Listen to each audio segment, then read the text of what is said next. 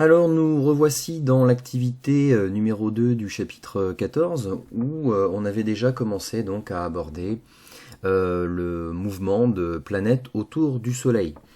En se plaçant donc dans l'approximation des trajectoires circulaires, on avait fini par démontrer que le mouvement d'une planète autour du Soleil était circulaire et uniforme, et on était parvenu à établir l'expression de sa vitesse ainsi que de sa période de révolution. Alors dans la suite de l'activité, on nous dit que ce problème est transposable au mouvement d'un satellite de masse m autour d'une planète de masse grand M. Alors question 6, quel référentiel choisit-on dans ce cas? Bon, de la même façon que le premier problème, dans ce problème-là, c'est évident, c'est le référentiel que l'on pourrait appeler le référentiel planétocentrique, donc dans lequel le point de vue est situé au centre de la planète en question. Question 7, donc dans l'approximation des trajectoires circulaires toujours, donner la période de révolution d'un satellite autour de la Terre se trouvant à une altitude h.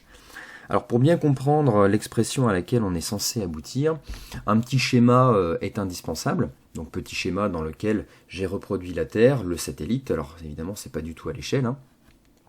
J'ai également ajouté les vecteurs unitaires et le vecteur force qui modélise la force d'attraction de la Terre sur le satellite. Alors ce que l'on peut voir dans ce schéma-là, c'est justement le lien entre toutes les dimensions qui sont proposées, toutes les dimensions, toutes les longueurs qui sont proposées. Si j'exprime la force, l'expression, donc si je donne l'expression vectorielle de la force qu'exerce la Terre sur le satellite, j'aurai l'expression que voici, donc grand G fois masse de la Terre fois masse du satellite, divisé par le rayon au carré de l'orbite circulaire du satellite, multiplié évidemment par le vecteur unitaire U. Mais ce que je vois sur le schéma, c'est que finalement, le rayon de l'orbite correspond à l'addition du rayon de la Terre et de l'altitude. D'accord? Donc dans ce cas-là, il faut exprimer justement le rayon de l'orbite en fonction de ces deux données. Et donc vous avez l'expression qui vient à droite, force d'attraction, expression vectorielle de la force d'attraction de la Terre sur le satellite, grand G fois mt fois masse du satellite, divisé par RT plus H au carré, fois le vecteur unitaire. Alors on ne va pas se refaire la démonstration, puisque c'est exactement la même chose, donc on aboutirait dans ces cas-là à une expression de période de révolution qui serait celle-ci, 2π racine carrée de RT plus H au cube, multiplié par grand G fois la masse de la Terre. Alors question suivante, on nous dit les satellites géostationnaires sont des satellites fixes par rapport au sol terrestre. C'est-à-dire que quand on les regarde dans le ciel, on n'a pas l'impression qu'ils bougent donc. Alors quelles conditions cela impose-t-il sur la trajectoire, le sens du mouvement et la période de rotation du satellite? Alors déjà la trajectoire, c'est ce qui prend un petit peu plus de temps. Imaginons cette situation, donc vous reconnaissez une sphère ici évidemment qui est là pour modéliser la Terre, et imaginons donc un observateur symbolisé par un point noir ici, d'accord, donc qui tourne en même temps que la Terre bien sûr puisqu'il est sur le sol terrestre, et le satellite je l'ai modélisé par le triangle que vous voyez apparaître ici, d'accord. Et imaginons que la trajectoire du satellite soit celle-ci, c'est-à-dire une orbite circulaire qui serait centrée sur un point qui est lui-même sur l'axe de rotation de la Terre.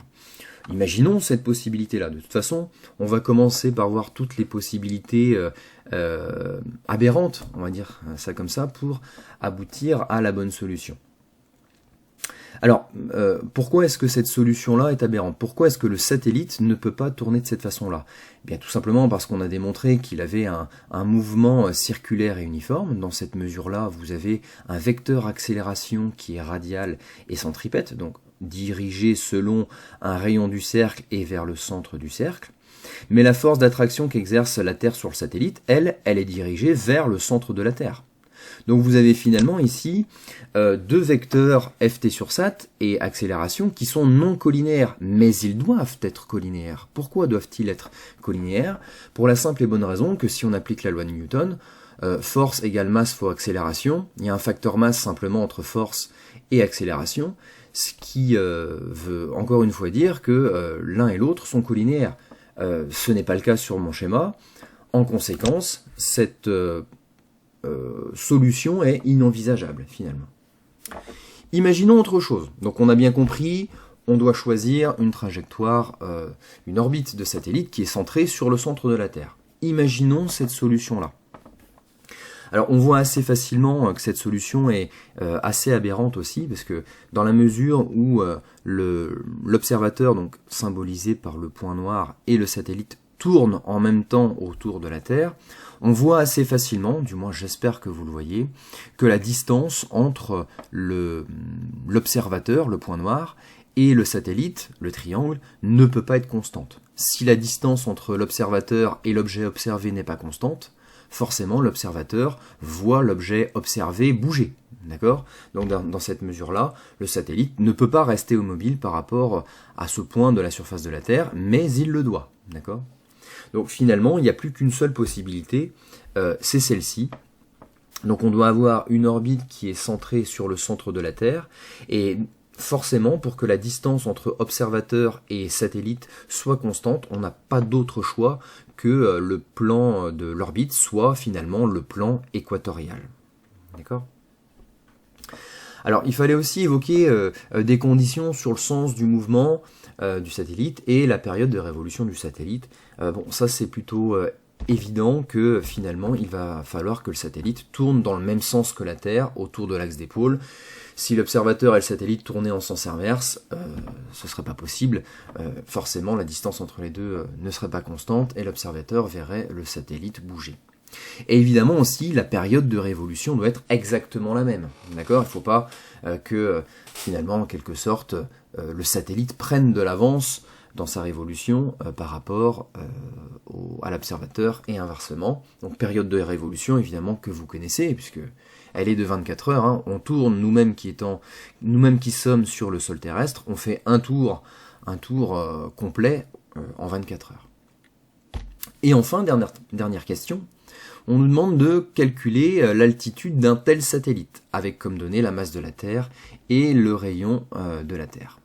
Alors, je reprends donc l'expression de la période en fonction de rayon de la Terre, altitude, masse de la Terre et constante de gravitation universelle. Donc, on comprend bien qu'il va falloir sortir RT plus H de là. Donc, la première chose à faire, c'est de se débarrasser finalement de la racine carrée et d'obtenir T carré en fonction des autres données. Et dans un deuxième temps, exprimer RT plus H au cube en fonction des autres données. Donc, ça fait T carré fois G fois MT divisé par 4pi carré. Alors maintenant, finalement, comment sortir RT plus H pour calculer H, je ne l'ai pas rappelé, mais ce qui est l'altitude, c'est le petit h. Comment faire pour sortir H de ce cube, de cette parenthèse avec le cube ? Eh bien, il faut appliquer ce qu'on appelle une racine cubique. Alors, qu'est-ce qu'une racine cubique ? Alors, il faut comprendre que, alors je vais donner des exemples simples, il faut comprendre que, par exemple, 2 fois 2 fois 2, ça fait 8. D'accord ? Autrement dit, 2 au cube, c'est 8. Okay ? Autrement dit encore, 2 est la racine cubique de 8. D'accord ? 3 fois 3 fois 3 égale 27. Donc 3 est la racine cubique de 27. 4 fois 4 fois 4 égale 64. Donc 4 est la racine cubique de 64. Donc qu'est-ce qu'on a ici ? On a finalement RT plus H fois RT plus H fois RT plus H qui est égal à T carré GMT sur 4pi carré. Ça veut donc dire que RT plus H est la racine cubique de T carré fois G fois MT sur 4pi carré. Alors comment est-ce qu'on fait pour symboliser une racine cubique ? Vous le voyez ici. Donc c'est le même symbole que la racine carrée, mais avec un petit 3 à gauche à côté. D'accord ? Donc quand on fait ceci, c'est qu'on applique une racine cubique finalement à un nombre. Et puis pour finir, maintenant il n'y a plus qu'à remplacer chacune des données par sa valeur. Donc la période évidemment 24 heures multipliée par 3600 secondes, une durée toujours exprimée en secondes dans le système international. La constante de gravitation, c'est 67×10-11. La masse de la Terre qui est donnée dans l'énoncé, divisé par 4pi carré, et vous devez trouver 4,2 fois 10 puissance 7 mètres. Je m'aperçois je m'aperçois que j'ai écrit kilomètres, il s'agit bien sûr de mètres, d'accord? Vous rectifierez vous-même. Et donc, bien sûr, ça c'est RT plus H. Ce que l'on veut, nous, c'est H. Donc on fait 4,2 fois 10 puissance 7, moins le rayon de la Terre, bien sûr. Données égales, dans l'énoncé, données égales à 6,4 fois 10 puissance 3 kilomètres. Attention, on convertit en mètres. 6,4 fois 10 puissance 6, ce qui nous fait 3,6 fois 10 puissance 7 mètres. Ce qui fait à peu près, pour votre information, 36 000 kilomètres. Donc il s'agit effectivement de satellites, alors ça peut être par exemple des satellites météorologiques qui doivent être fixes par rapport à une certaine région de la Terre, justement pour annoncer le temps, par exemple au-dessus de la France. Voilà pour cette vidéo et cette activité 2 du chapitre 14. Petite rectification donc, je la procède ici, hop. C'était 4,2 fois 10 puissance 7 mètres, bien évidemment.